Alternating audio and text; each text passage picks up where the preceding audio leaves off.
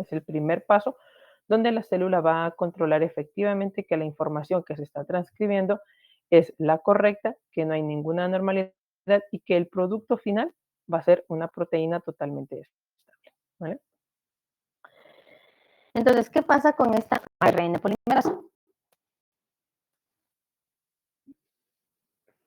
Esta ARN polimerasa, una vez que empieza a leer la cadena molde, la cadena de ADN molde, ¿vale? Va a empezar a incorporar nucleótidos, ¿vale? Nucleótidos formados por adenina, guanina, citosina y uracilo para formar esta hebra de ARN, ¿vale? Entonces, ese es el trabajo fundamental o el papel importante que va a tener nuestra ARN polimerasa en el ADN. ¿No?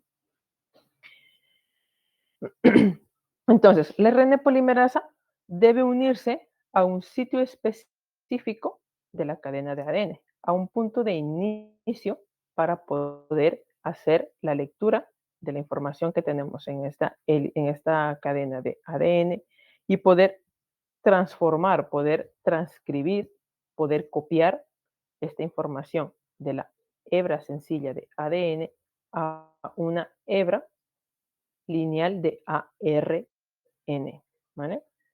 Y lo que habíamos hablado en algún momento, esta codificación, ¿no es cierto?, de la información que nosotros tenemos en el ARN, la combinación de las bases nucleotídicas de adenina, guanina, citosina y uracilo, en realidad forman los codones que a su vez van a ser leídos en cada uno de los aminos que van a formar la cadena polipeptídica y como producto final dar origen a esta proteína, ¿vale?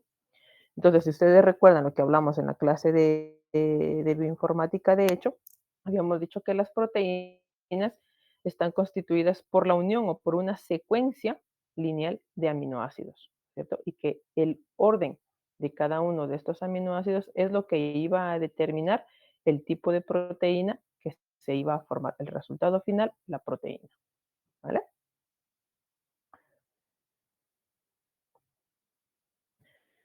Ahora, hemos dicho que la ARN polimerasa se une a un sitio específico de ADN y este sitio específico, que ya lo vamos a ver mucho más adelante, es un codón de inicio o un sitio de reconocimiento que tiene el ADN. Entonces, la polimerasa se va a unir a este sitio específico, a este sitio promotor de la cadena de ADN y junto con otras enzimas lo que van a hacer es separar esta doble hélice, ¿vale? Van a separar la doble hélice, la cadena de ADN,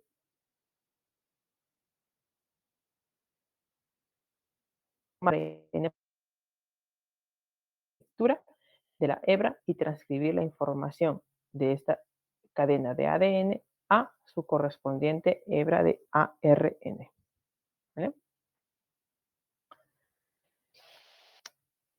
Y luego, una vez que se tenga la cadena de ARN completamente formada, pues se procederá a hacer la lectura de la información en esta cadena para formar lo que van a ser los aminoácidos y la posterior formación de los polipéptidos y las proteínas. Y este proceso de lectura de la hebra de ARN y la formación de los aminoácidos se conoce como traducción.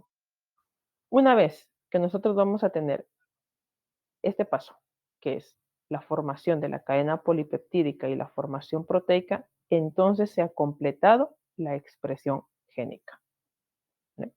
Entonces, esta expresión génica empieza con el sitio de reconocimiento de la ARN polimerasa en un punto específico de la doble hélice de ADN, la apertura de esta doble hélice, la formación del ARN mensajero, la lectura por la traducción de la información que tenemos en ese ARN mensajero, la posterior formación e identificación de cada uno de los aminoácidos para formar la cadena polipeptídica y por último, el resultado final, la formación de las proteínas. Entonces, solo cuando ya se ha completado todo este proceso, ¿vale?, desde lectura de la cadena de ADN hasta la formación proteica, es cuando la expresión génica está totalmente completa, se ha terminado todo el proceso.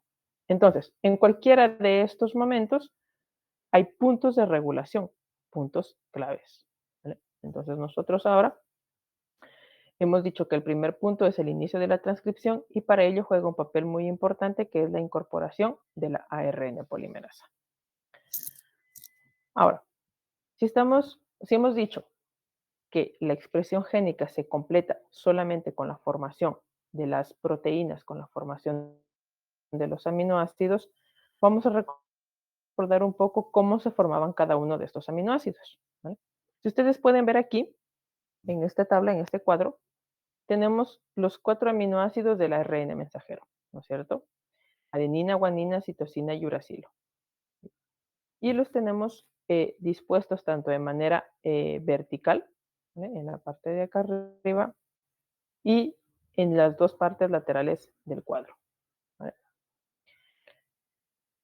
Si ustedes pueden ver aquí, tenemos solamente las 4 bases, ¿vale?, de manera individual, y en el tercer extremo, en cambio, sí que tenemos las 4 bases agrupadas. ¿Vale? ¿Me siguen hasta allí, chicos? Por favor, ¿pueden ver el puntero en dónde está? Sí, profe. ¿Vale? Entonces, ¿cómo se forman estos aminoácidos? Nosotros hemos dicho que la combinación de 3 bases, ¿vale?, de 3 bases nucleotídicas, conformaban una estructura que se denomina codón, ¿verdad? Ahora, cada uno de estos codones resultan ser, cada una de estas combinaciones y la formación de estos codones resulta ser específica para cada uno de los 20 aminoácidos que tenemos. ¿Vale? Ahora, si recuerdan, voy a volver un poquito aquí. ¿Recuerdan esta imagen? Yo les he dicho que la ARN polimerasa necesita un sitio promotor o un sitio de reconocimiento para empezar a hacer la transcripción. ¿Vale? Este sitio de reconocimiento en las células eucariotas lo da un aminoácido y es básicamente este de aquí, el aminoácido de la metionina. Es el codón de inicio que la ARN polimerasa va a identificar en el ADN, ¿vale? Y solamente este codón de inicio, este aminoácido, la metionina, es quien le va a indicar a la ARN polimerasa que puede empezar con la transcripción del ADN. ¿Vale? Entonces, conforme la ARN polimerasa se desplaza a lo largo de la cadena de ADN, pues empezará a hacer la lectura y la transcripción de esa información de la cadena molde de ADN a la cadena de ARN para formar estos codones que como resultado final pues catalogan cada uno de los aminoácidos.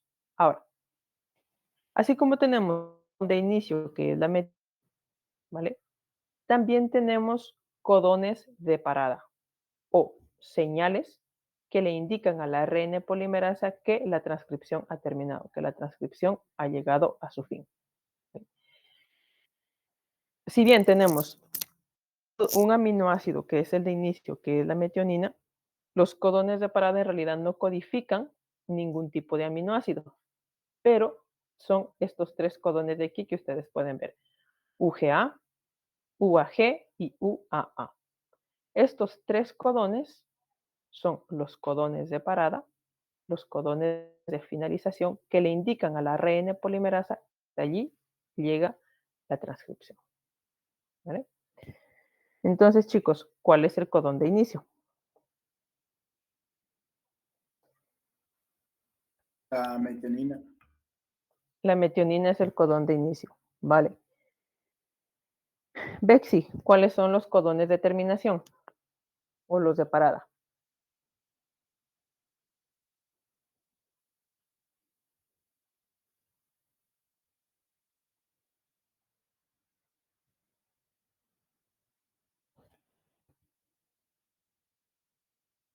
Bexy, ¿estás? Sí, profe. ¿Cuáles son los codones de parada?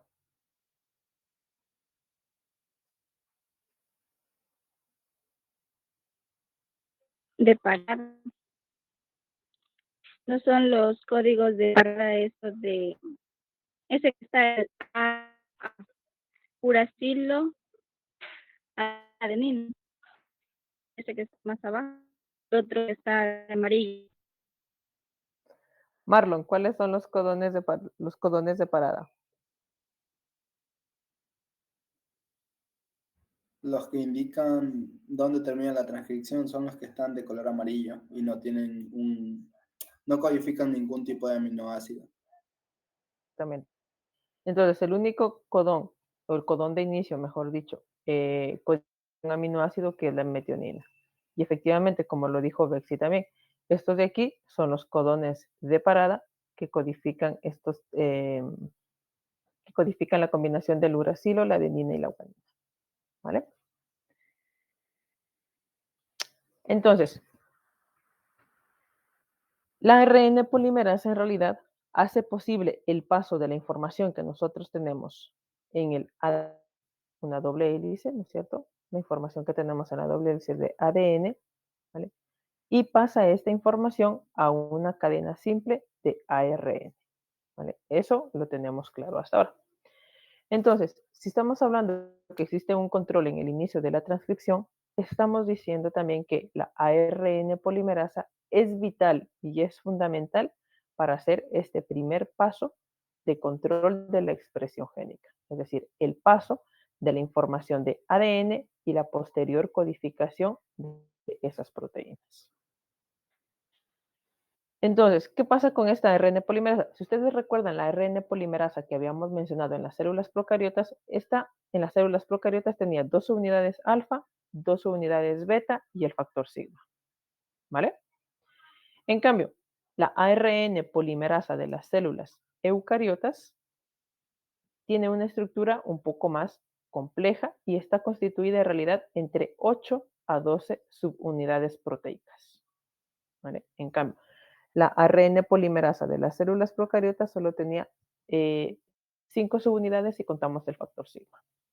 En este caso, la ARN polimerasa en las células eucariotas está constituida por 12 subunidades y todo este complejo es el que facilita la unión a la cadena de ADN, la apertura de la doble hélice y la lectura de la información que tenemos en la misma. ¿Ve? Y además tenemos diferentes tipos. Entonces, el primer tipo de ARN polimerasa, por ejemplo, se denomina ARN polimerasa 1, de hecho, sintetiza la mayoría de transcripciones, pero básicamente actúa en el ARN ribosómico. Es decir, que este tipo de ARN polimerasa 1 va a encontrarse solamente en el nucleolo. Y su función principal, o mejor dicho, está relacionada con la síntesis, la reparación, la revisión de los cebadores o de los primers, es decir, del inicio de la lectura que se hace solamente en el nucleolo para hacer a través del ARN ribosómico. El segundo tipo es la ARN polimerasa 2. Y la ARN polimerasa 2, en cambio, sintetiza precursores de un ARN mensajero.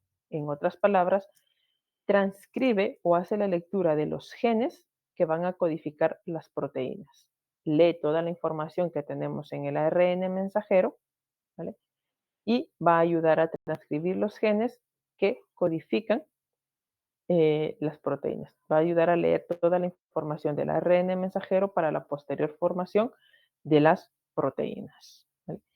Además, he encontrado que esta ARN polimerasa 2 ayuda con la producción de microARNs, es decir, secciones mejor dicho, ARN con pares de bases muy pequeñas de hasta 18, 20 pares de bases, y que estos microRNAs ayudan a mediar o intervienen en la expresión génica y la actividad del ARN mensajero después de que la ARN polimerasa haya hecho la lectura o la transcripción.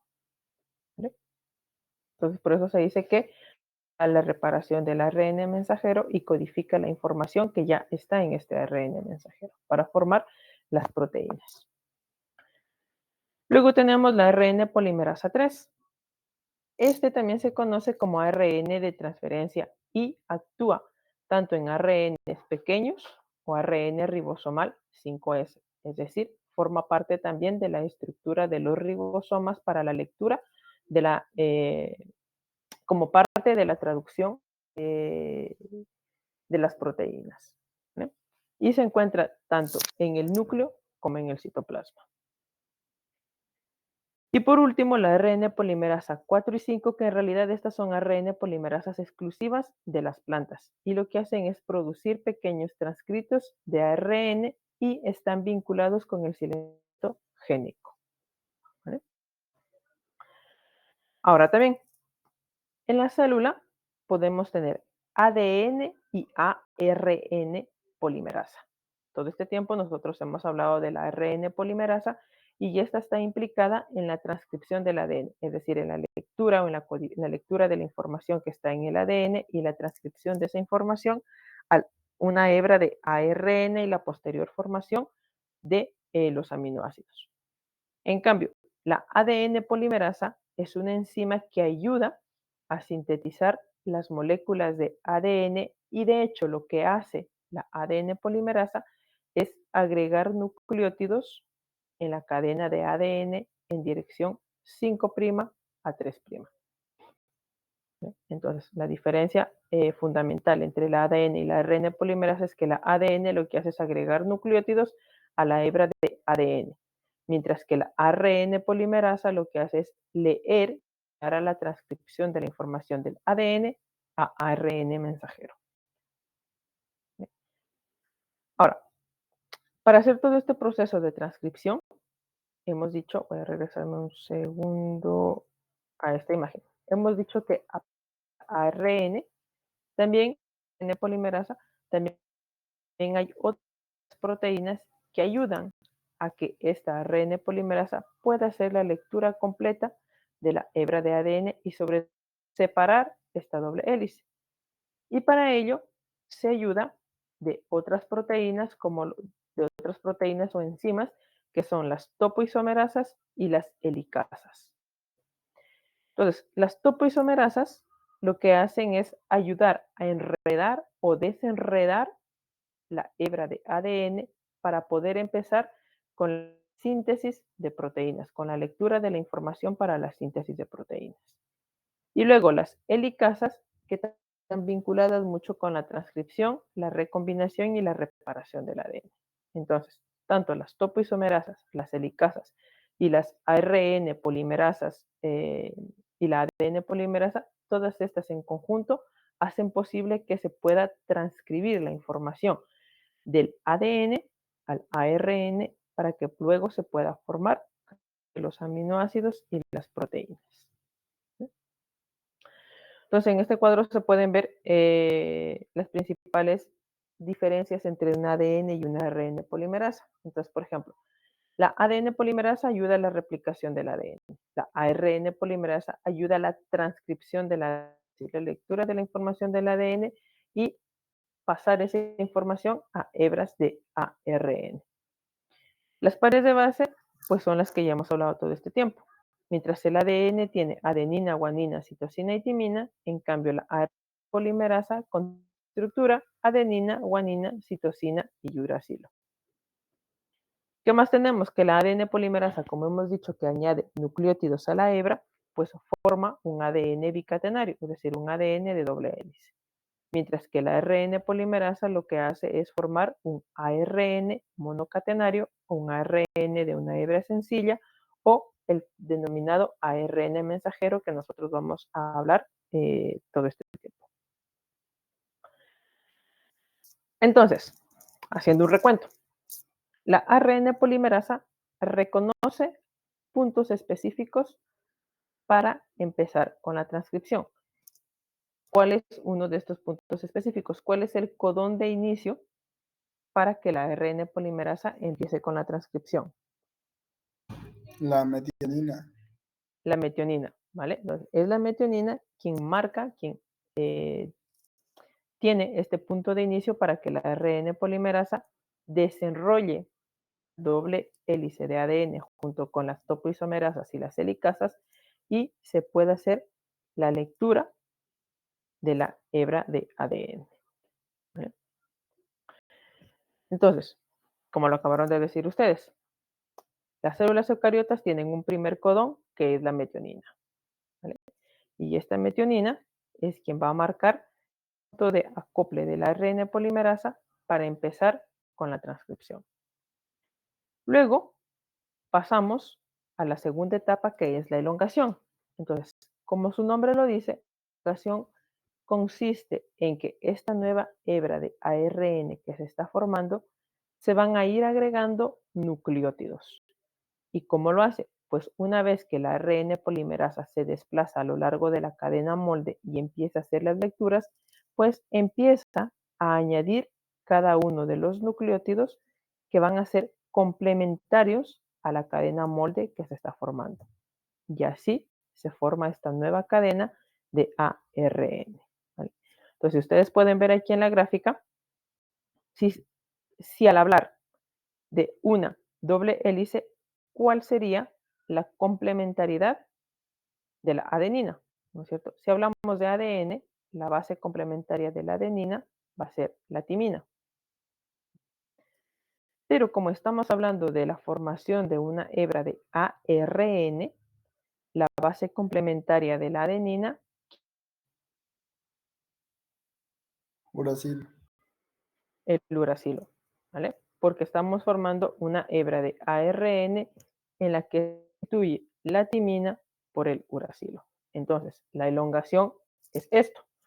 Cada vez que la ARN polimerasa se desplaza a lo largo de la hebra de ADN, se van a ir incorporando nucleótidos, ¿vale? Nuevos nucleótidos a la hebra de ARN que se está formando.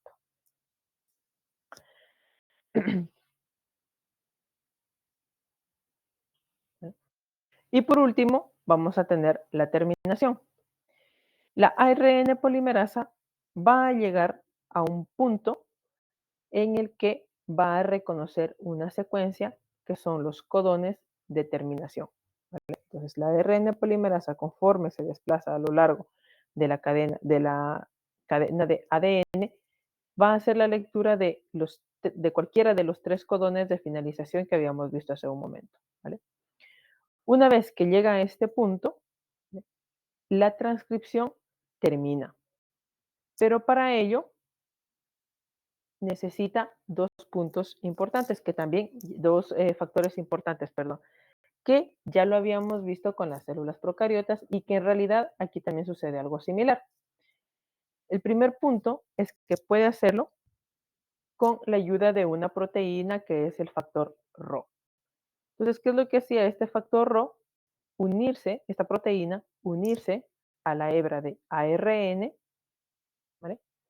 Empezar a desplazarse a lo largo de la cadena de ARN hasta encontrar un sitio de unión, una cadena específica para que la proteína se acople, y este factor Rho, esta proteína, lo que hace es liberar toda esta cadena de ARN que se está formando del complejo ARN polimerasa ADN. ¿Vale?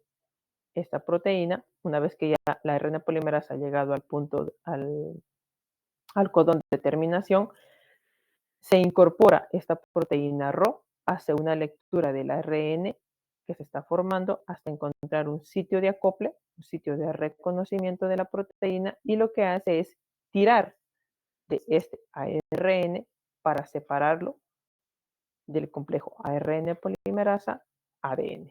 ¿Vale? Allí ha terminado la transcripción. Y también puede darse con la formación del bucle que les había mencionado la vez pasada o del lazo de interacción guanina-citosina. ¿Vale? Entonces, dentro de este ARN que se está formando, también se va a formar, va a haber un momento en el que va a haber muchas citosinas y guaninas y se va a formar un tipo de interacción covalente. Una vez que se forma una interacción covalente entre estas bases citosinas y guaninas, se forma un lazo o un bucle. Y este bucle también es el punto de finalización, o una horquilla, perdón. Y este va a ser el punto de finalización de la transcripción. Entonces, punto número 1. La ARN polimerasa llega al reconocimiento eh, de los codones de finalización y puede suceder dos escenarios que marcan la terminación de la transcripción: el acople, la proteína Rho, o la formación de la horquilla citosina-guanina que separa el ARN que se está formando del complejo ARN polimerasa ADN. ¿Vale? Hasta aquí termina el primer nivel de regulación génica, que va a ser el nivel transcripcional. ¿Vale? Pero también habíamos mencionado que en las eucariotas se da también una regulación post-transcripcional. Entonces, esta regulación post-transcripcional en realidad va a suceder en la nueva cadena de ARN que se ha formado, esta cadena de ARN mensajero. Y de hecho puede darse por 3 mecanismos. El primero, que es la poliadenilación; el segundo, la formación del casquete 5', o el proceso que se denomina splicing alternativo o corte y empalme. Entonces, cualquiera de estos 3 puntos también son puntos de control de la regulación génica, pero estos de aquí se dan solamente en el ARN mensajero. Entonces, la transcripción ya la hemos terminado hasta aquí. Bueno, hasta aquí. Cuando se ha pasado toda la información del ADN a la cadena de ARN mensajero. Aquí termina el inicio, bueno, aquí termina, perdón, la transcripción. Ahora ya no trabajamos, o el control de la regulación génica ya no se da en el ADN, sino en la hebra de ARN que se está formando. Y se va a dar por cualquiera de estos 3 eventos. Entonces, primero, cuando la ARN polimerasa hace la lectura del ADN, empieza a formar una hebra de ARN mensajero. Pero resulta que este ARN mensajero no está listo para poder codificar los aminoácidos y las proteínas que se van a formar, sino que este ARN mensajero es considerada como una molécula inmadura, que debe sufrir varias modificaciones en su estructura para poder codificar la información que tiene y poder llegar a formar los aminoácidos y las proteínas correspondientes. Entonces, esas 3 modificaciones son las que ya les acabé de mencionar, que es la poliadenilación o la adición de una cadena poli-A, la adición de un casquete 5' o el splicing alternativo o el corte y el empalme. ¿Vale? Cualquiera de estos 3 procesos regulan la transcripción génica. ¿Vale? Entonces, primero, ¿qué es el empalme alternativo, o el splicing alternativo o el corte y empalme? Nosotros sabemos que en el ADN tenemos regiones codificantes y regiones no codificantes, ¿no es cierto? O los denominados intrones y exones. Entonces, este pre-ARN mensajero, que es la información del ARN traducida a partir de la hebra de ADN, tiene secciones que necesitan ser eliminadas. Y básicamente son estos intrones. Estos intrones o estos espacios que en realidad no codifican nada en la célula. Entonces, el proceso de eliminación de cada uno de estos intrones y la unión de los exones es lo que se conoce como splicing alternativo o corte y empalme. ¿Vale? Una vez que se han eliminado estas regiones no codificantes o estos intrones, entonces ya empezamos a hablar de un ARN mensajero maduro.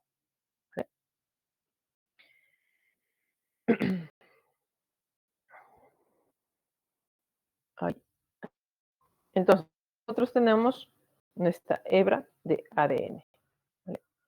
Nosotros tenemos la lectura o la formación de este pre-ARN o de este ARN mensajero inmaduro, y tenemos una región codificante, un intrón, una región codificante, y así a lo largo de la cadena. Entonces, con el splicing alternativo lo que vamos a hacer siempre es eliminar cada uno de estos intrones o cada una de estas regiones no codificantes y quedarnos solamente con la región exónica del ADN o con las regiones codificantes de ese ADN para luego poder formar lo que van a ser las proteínas.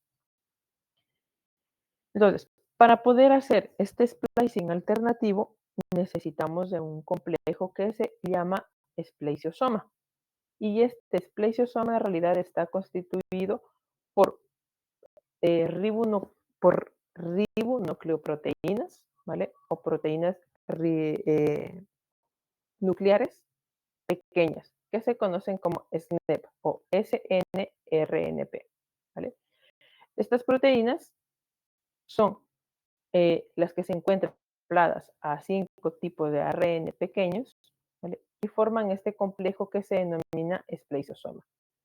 Solamente este complejo de proteínas con ARNs pequeños que dan origen al espleciosoma, solo el espleciosoma es capaz de poder eliminar estos electrones, ¿vale? Dejar solamente las regiones codificantes. Entonces, estos SNRP están constituidas por 5 subunidades, ¿vale? Que ustedes las pueden ver aquí, que están con diferentes colores: celeste, verde, amarillo, rosado y naranja, ¿vale? Estos SNRP, ¿vale?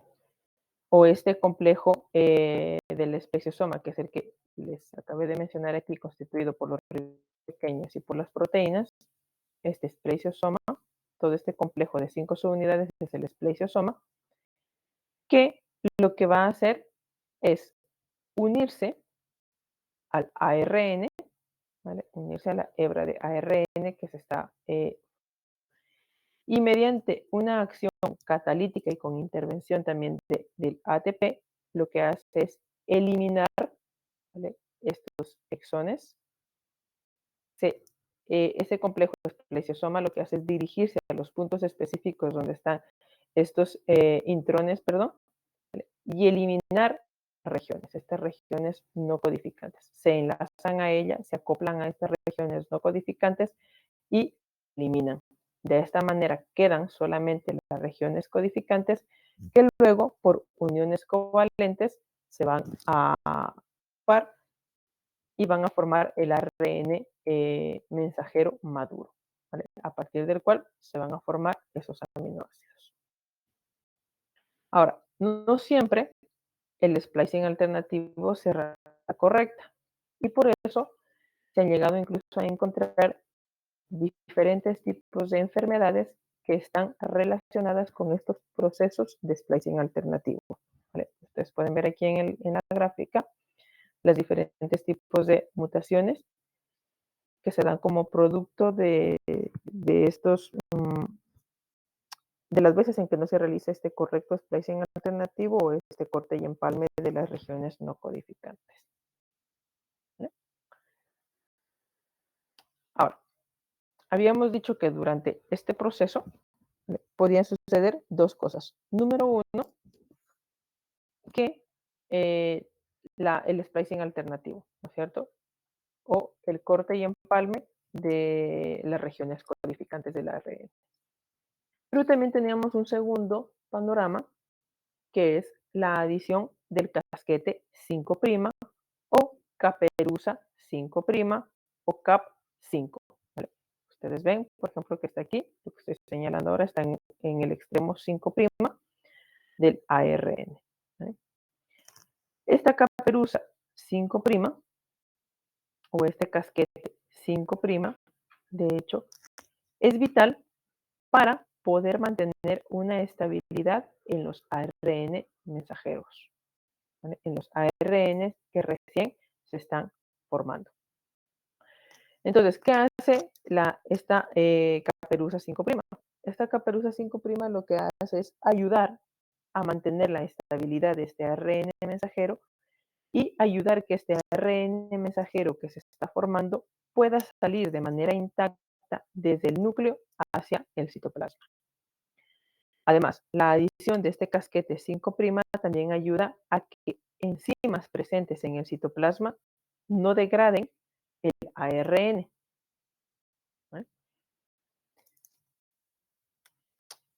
Y va a interactuar también con la poliadenilación o con la cadena.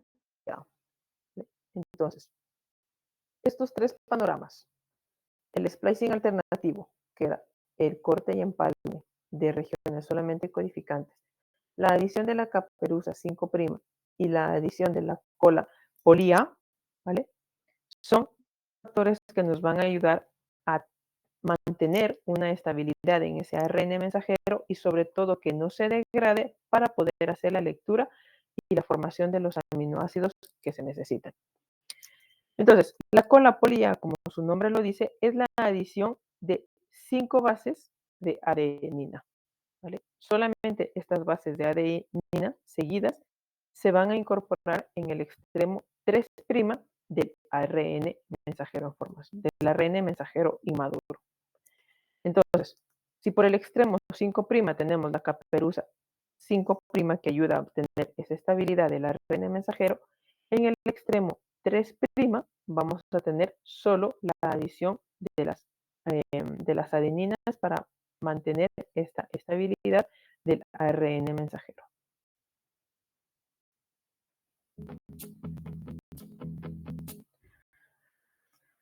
Entonces,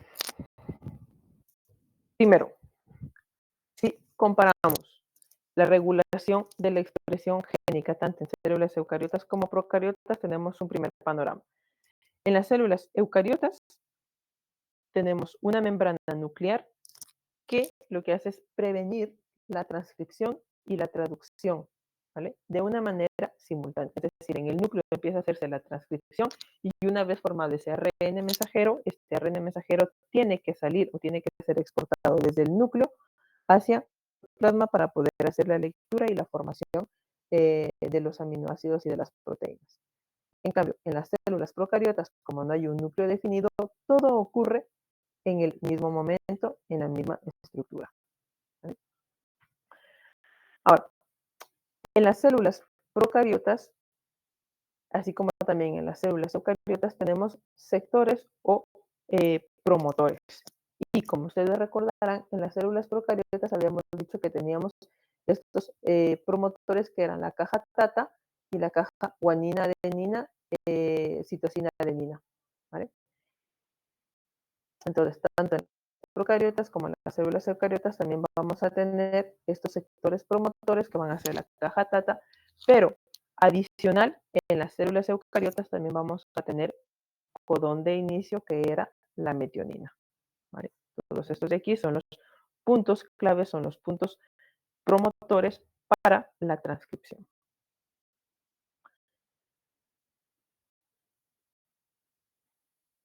Además, en las células eucariotas tenemos ARN polimerasas que ayudan a la transcripción de diferentes genes, como lo acabamos de ver hace un momento, que teníamos la ARN polimerasa 1, la 2, la 3 y la 4 y la 5, que en cambio eran exclusivas de las células vegetales. En cambio, en las células procariotas solamente existe un solo tipo de ARN polimerasa. ¿Vale? Finalmente, en las células eucariotas, ese ARN que se está formando, ese ARN mensajero, aún es inmaduro.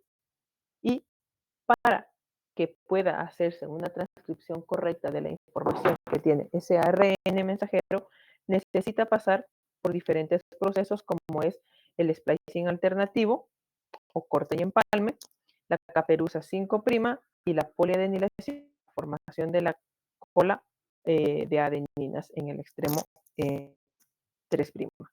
Todos estos tres procesos, el splicing, la poliadenilación y la caperuza, son importantes para mantener esa estabilidad, esa formación del ARN mensajero y que luego este pueda ser leído por los demás para formar los aminoácidos y la posterior cadena polipeptídica. Ahora, estos ARN mensajeros también pueden sufrir diferentes modificaciones posttraduccionales. ¿Vale? Y estas modificaciones posttraduccionales en realidad son modificaciones químicas que pueden llegar a sufrir, por ejemplo, las proteínas. ¿Vale? Y bueno, vamos a quedar hasta aquí, chicos, para la siguiente clase hablar sobre las diferentes modificaciones posttraduccionales, porque va a ser nosotros hasta aquí, por donde tengo la imagen.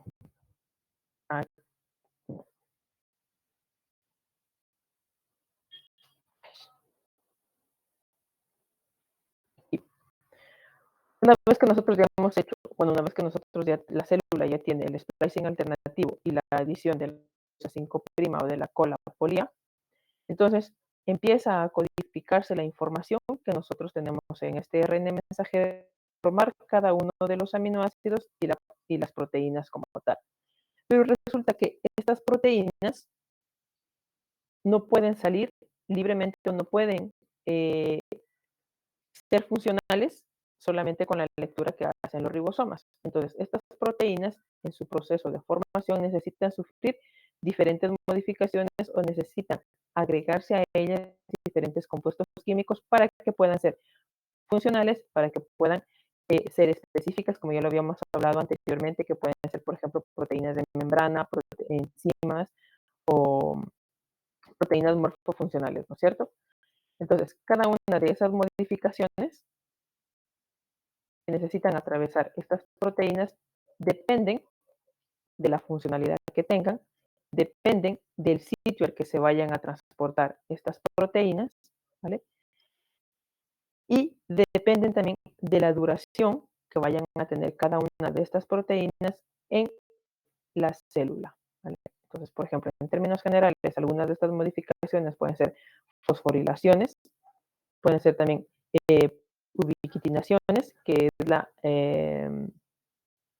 adición de un complejo de ubiquitinas, ¿vale? También pueden sufrir diferentes metilaciones, algunas de las proteínas, e incluso hay algunas que necesitan la incorporación de otros tipos de biomoléculas para llegar a formar incluso parte de estructuras celulares como la membrana celular. Todo lo que les mencionaba hace un momento, estas proteínas que ya se forman, estas proteínas que son el resultado final de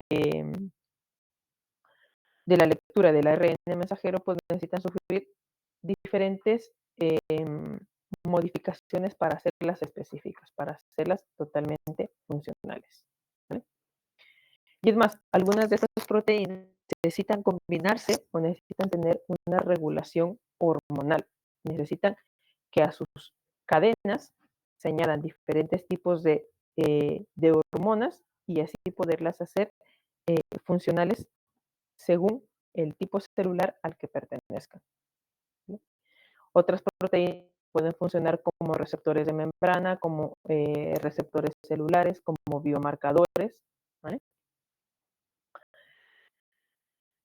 Y hay otras proteínas que en cambio necesitan sufrir modificaciones.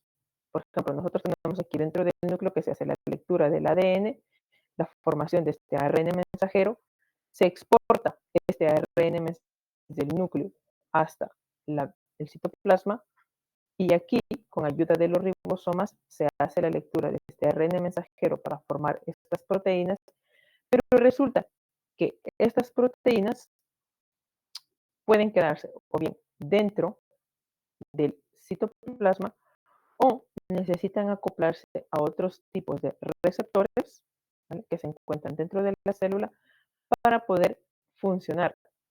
Y muchas de las veces estos receptores también son necesarios para que las proteínas puedan ser exportadas o puedan salir de las células, ¿eh?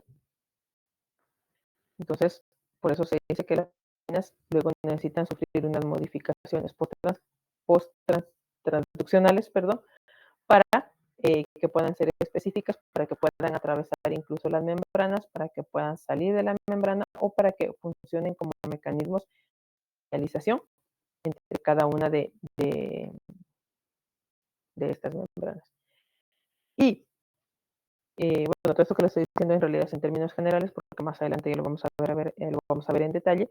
Algunas de estas proteínas también son necesarias para la activación de varias rutas de señalización indispensables para un funcionamiento celular, como las rutas MAP quinasas, como la vía RAS, MAP o la P53, que incluso está vinculada con los procesos de apoptosis celular. Entonces, muchas de estas proteínas pues, necesitan sufrir estos tipos de modificaciones para poder activar rutas de señalización y poder hacer que una célula cumpla con su proceso normal, ¿vale? Entonces, ya para nosotros hemos dicho que la regulación génica puede darse a diferentes niveles celulares, ¿vale? Si hablamos del control transcripcional, habíamos dicho que puede darse tanto en el ADN, con metilaciones en el ADN, o con modificaciones a nivel de la cromatina, como podrían ser metilaciones, acetilaciones, ¿vale? Luego, a nivel post-transcripcional o traducción, nosotros estamos hablando de 3 procesos importantes para hacer que ese ARN mensajero pueda ser estable, y era el splicing alternativo o corte y empalme, la caperuza 5' o la poliarenilación o la cadena polia. ¿Vale? Y por último, una vez que ya tenemos ese ARN totalmente maduro, y para que pueda salir del núcleo hacia el citoplasma y poder hacer la lectura, pues van a suceder dentro del citoplasma numerosos mecanismos para estabilizar ese ARN mensajero, poder hacer la información que tiene y formar cada uno de los aminoácidos. Entonces, en cualquiera de estos niveles se puede dar el control de la regulación génica. Y también, una vez que ya se han formado las proteínas, resulta que estas proteínas también pueden pasar por un proceso de regulación, porque si una proteína está mal plegada, una proteína no tiene una estructura totalmente estable, puede pasar los mecanismos de degradación, ¿vale? Y de desintegración de estas proteínas que no son funcionales. Y bueno, chicos, eso sería todo. Aquí tengo, bueno, estos videos, pero yo les voy a colgar directamente en el Classroom para que ustedes los puedan ver luego con más calma. Y solamente confirmarles que, bueno, las fechas de las exposiciones se han cambiado, ¿no es cierto? Entonces, las exposiciones ahora se van a realizar del grupo 1 al grupo 3 el 14 de noviembre, y los otros 2 grupos, pues, el 16 de noviembre, para que lo tengan en cuenta. ¿Vale, chicos? ¿Tienen alguna pregunta, alguna duda?